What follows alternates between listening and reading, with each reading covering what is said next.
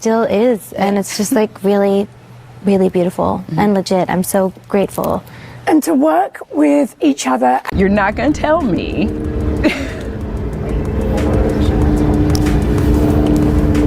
Not the time, helicopter! I'm a person, and I feel, and I have feelings, and I can share them. And if you need to cry right now, you cry. Yeah. You have to be good and you have to be kind to everybody. Whoa. And she is a good witch. Yeah, that's the message. You know what I mean? It's that impact. Yeah. That's beautiful.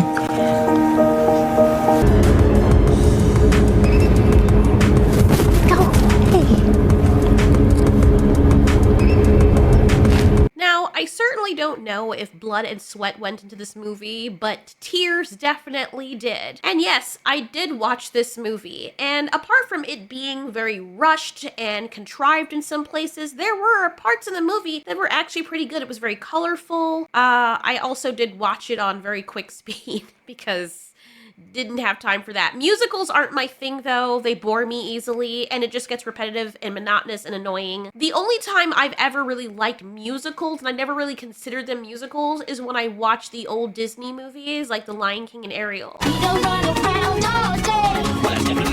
We don't do it all my way. See, I basically know like a lot of the old Disney cartoons, like the songs by heart. Okay, specifically The Lion King. And it doesn't matter how late you are to the party with these movies, you can always go back and get something out of it. They've managed to make them timeless. Look at this. It looks as though these animations were made today. Okay, maybe some of them are remastered, but still. So that being said, regular musicals where people are acting like all gleeful and regular, normal, in real life human beings, or live action as you'd call them, are flipping around and singing and making fools of themselves, not really my shtick. And since Wicked is also based on a play, I understand why a lot of theater nerds would definitely like seeing a live action version of this. It's not like there was a movie of this before. Now, there's been a lot of controversy surrounding this movie, wondering what in the world is wrong with the cast. Role with the roles was something that I think that should be studied. Yeah. Where are you from? Dayton, Ohio.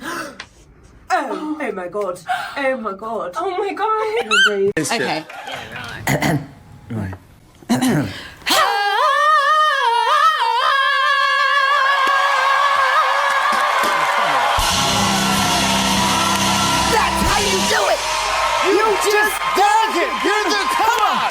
Did I say something wrong? I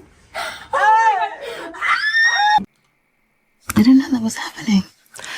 I've seen it on a couple posts. I don't know how widespread, but you know, I am in queer media, so that's my, It's really cool. It's been an honor to stand by Cynthia during this hard time. I mean, her battling cancer. Oh no, I'm just bold. I'm sorry, I'm a little hungry. Not to be corny, but make the world a safer place, especially right now, you know? I think it's the most important work that we can do is learn how we can listen and be there for each other and the people that we love. And especially the most beautiful community in the entire world. And I love my queer brothers and sisters so much, more than anything. We love you back. We do. Seriously, what tub of cocaine did they dive in when they made this movie or while they were making this movie? I don't know what was happening. I don't know. This is so weird. And it just comes off so fake to me. Or that they're both like drug buddies or something, because ain't no way. First of all, this freaking narcissist over here, she's probably feeding off of her. Maybe they're both narcissists, who knows? But we know for certain that this bitch totally is. Dude, what are these nails? Anyway. And just seeing her act like this is just so sickening to me, because there is nothing more cringe than watching another person feed into another narcissist. I don't think Ariana Grande is a narcissist, because they don't seem to like, unless they're putting it on as a show and pretending that they're actually really best friends when they actually are not, and they're in competition with each other, or they're just really codependent on each other. It's just, you can't, as a functioning person, come out here and act like this, and it means that you're not in touch with your emotions. It's different when you just want to cry and get emotional, but they're emotional all the time. Good, and you have to be kind to everybody. Whoa. And she is a good witch. Yeah, that's the message. Don't do it. Don't do it. Stop, you guys. You can't leave. You can't. No, you're gonna make the gays nervous. The gays are getting nervous. Look, your makeup artist is like sweating over.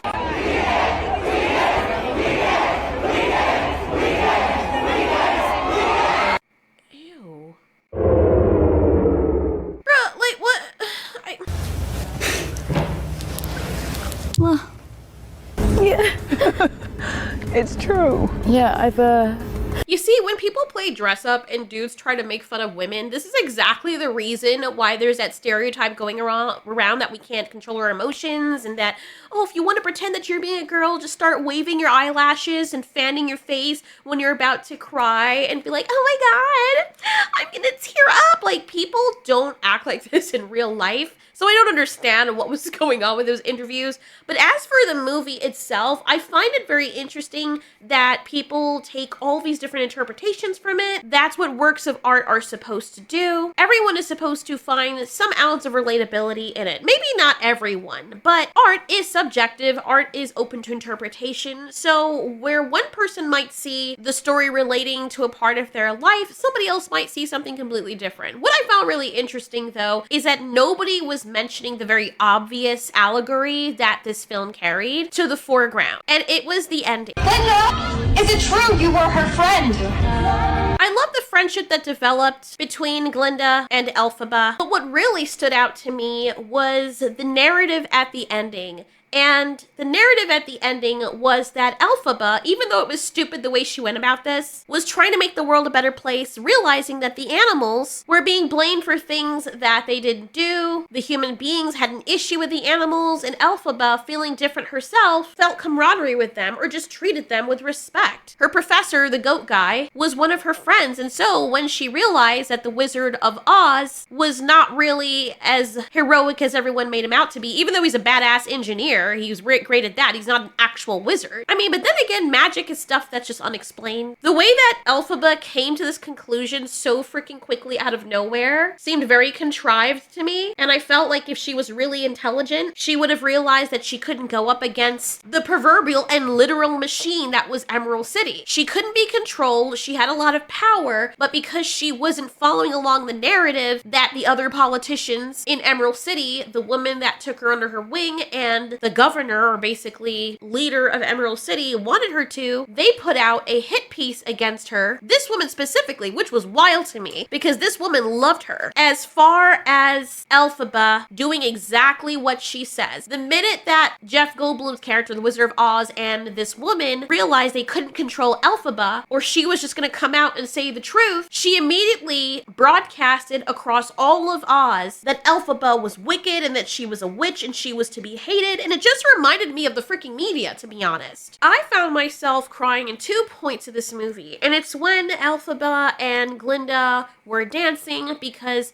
I realized in that moment Elphaba had felt betrayed. Glinda had realized what she did wrong, and she stood up for what was right instead of bullying Elphaba. And at the conclusion of the film, like I just said, whose ending hit so hard as this allegory for how powerful systems like the media or other big machines in society can manipulate the truth to shape public opinion. And we have that happening every single day. The whole story of Wicked flips the script on what we think we know about Elphaba, the so-called Wicked Witch. Now, I haven't watched the original Dorothy movie. I've seen clips of it here and there, and I know it's a classic. I have to go back and watch it. What's it called? Wizard of Oz, and I have to go back and watch it. I know about the lion and the Tin Man and the Scarecrow. I don't know why they were going to the Wizard of Oz. Maybe to find happiness or something, but I don't really remember why that was. I know the lion wanted a heart, but then what did the Tin Man want? Because he was a freaking box. Anyway, neither here nor there. Just like Maleficent, we get the backstory of why she's called the Wicked Witch. And evil's not truly evil, it's just misunderstood and people lied. But from the beginning, you know, like she hasn't done anything wrong. Maybe her powers made her scary and she's different, she's green, so she doesn't fit the mold and she dares to challenge the system. That alone is enough for the machine to single her out. This movie is such a powerful allegory and metaphor for the media spreading lies, and how when the big machine or the media doesn't like a person, even if this person is popular,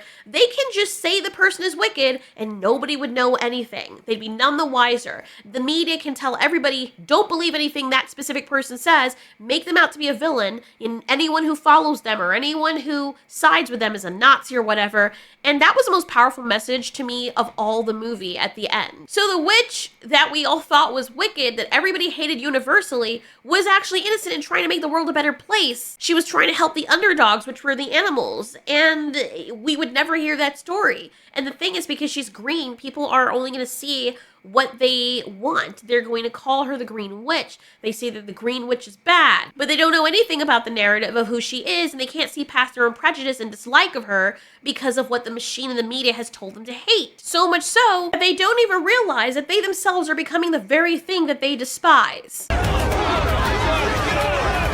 Musical number I love so much because the girls in town love him, but also the boys do. Do we think that maybe Fiyero likes the attention from both? I don't know. Of course. Well, Oz is a very queer place and has always been. Yeah.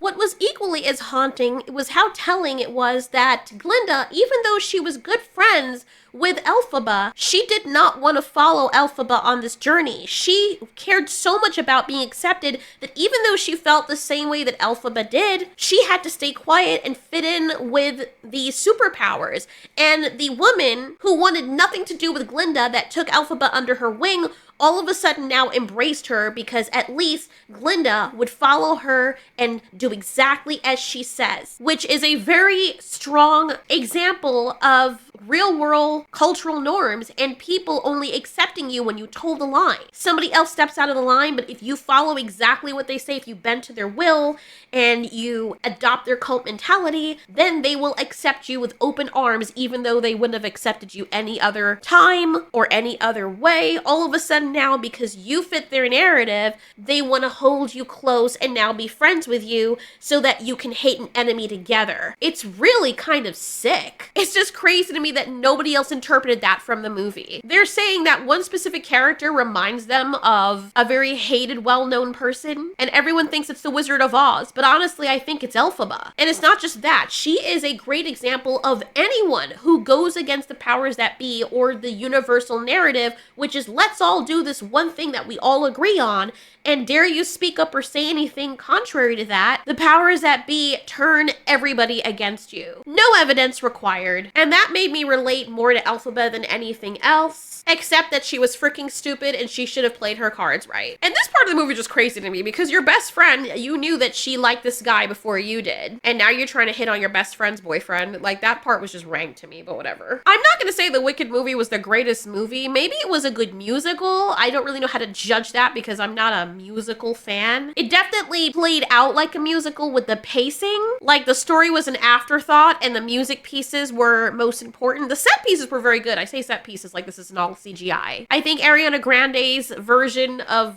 whatever she was playing was freaking hilarious. I laughed a few times because of how ridiculous she was. I think she also carried the movie, to be honest. If it weren't for her, this would be even more boring. Okay, sorry, it would be boring. This was a good contrast, I guess. But when you really look at it, Elphaba doesn't really have any personality other than she's oppressed. The person who seemed to have the most character growth, in my opinion, was Glinda. And ironically, the story felt more about her. She took on Elphaba as being her project, and we watched her change and then end up in the situation where now she's gonna let Elphaba go because she just doesn't know how to go against the narrative. Even though her friend is, she still loves her friend, but she's like, damn, I don't want to be ostracized. It's very important that people accept me, so I'm just gonna stay quiet. Because if I don't, I'm gonna get booted out of everything and ostracized from society, even though deep down in my heart, I feel this way about something. That must be also so lonely for Elphaba, but she's willing to stand up. I don't think Cynthia was the right person for this role, to be honest, and maybe it's just her performance. She's got a great singing voice, and in the very, very emotional scenes, she did that very well, but every other scene, like when she's talking, or when she's just being herself, she's very boring to watch. I think her performance out of everybody else's was the weakest, in my opinion, except for when she was singing. Even Jeff Goldblum, that didn't have that big of a part, stood out more to me than Elphaba or Cynthia Erivo's character. Maybe it's also because she's not a particularly great actress, so there is that. Like, there was a few standout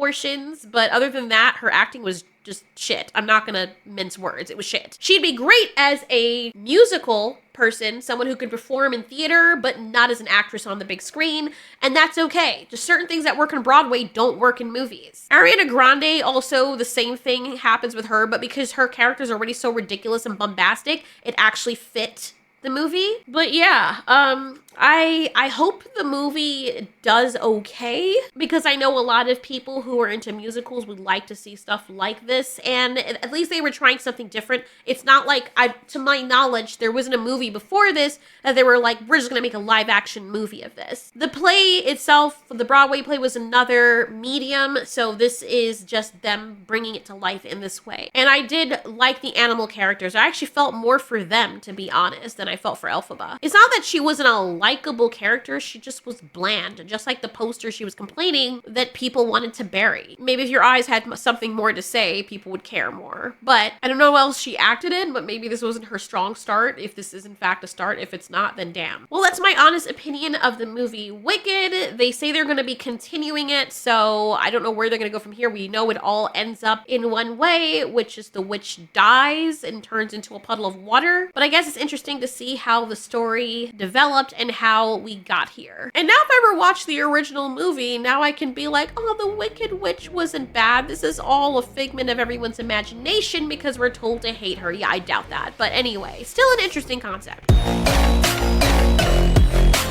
don't agree with it. We need to stop this. The movie, like, in the nicest way possible, was the worst movie I've ever seen in my entire life. It was so boring. It was actually so boring. Like, I could barely even, like, focus. Like, I actually, like, it gave me the same vibes as when you're sleeping in a hotel room and your dad is snoring so loud and you just want to, like, get the fuck out of the room. Like, you just want to, like, you know what I'm saying? Like,